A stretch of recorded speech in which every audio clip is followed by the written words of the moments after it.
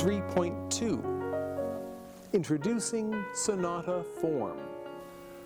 Composers in the classical era adopted many new musical ideas, some of which you'll discover in this module.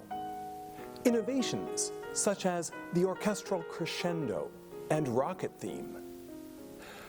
But the single most important development was the creation of sonata form. Sonata form, or sonata allegro form as it is sometimes called, is based on the notion of a statement, a departure, and a return. Or, as theorists like to say, an exposition of themes followed by a development of those musical ideas, finally ending with a recapitulation of materials.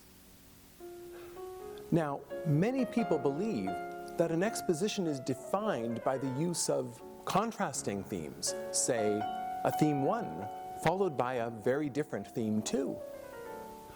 While this is true in the case of many sonata form movements, it does not address the real issue. The main objective of an exposition is not necessarily the presentation of two contrasting themes, but rather two contrasting keys. At the start of the exposition, the composer establishes the home key. This is followed by a modulation, or shift, away from the home key to a new key, such as the dominant or relative major. This tonal shift is the essence of sonata form. The development section breaks down the thematic material and manipulates it, while at the same time generating harmonic tension through dissonance and tonal instability. Finally, a kind of dramatic resolution is achieved in the recapitulation. Here, material from the exposition is recalled, but the music, well, at least most of the time, stays in the home key. So why do we regard sonata form as the central innovation of the classical era? Quite simply, because it was used in almost every genre.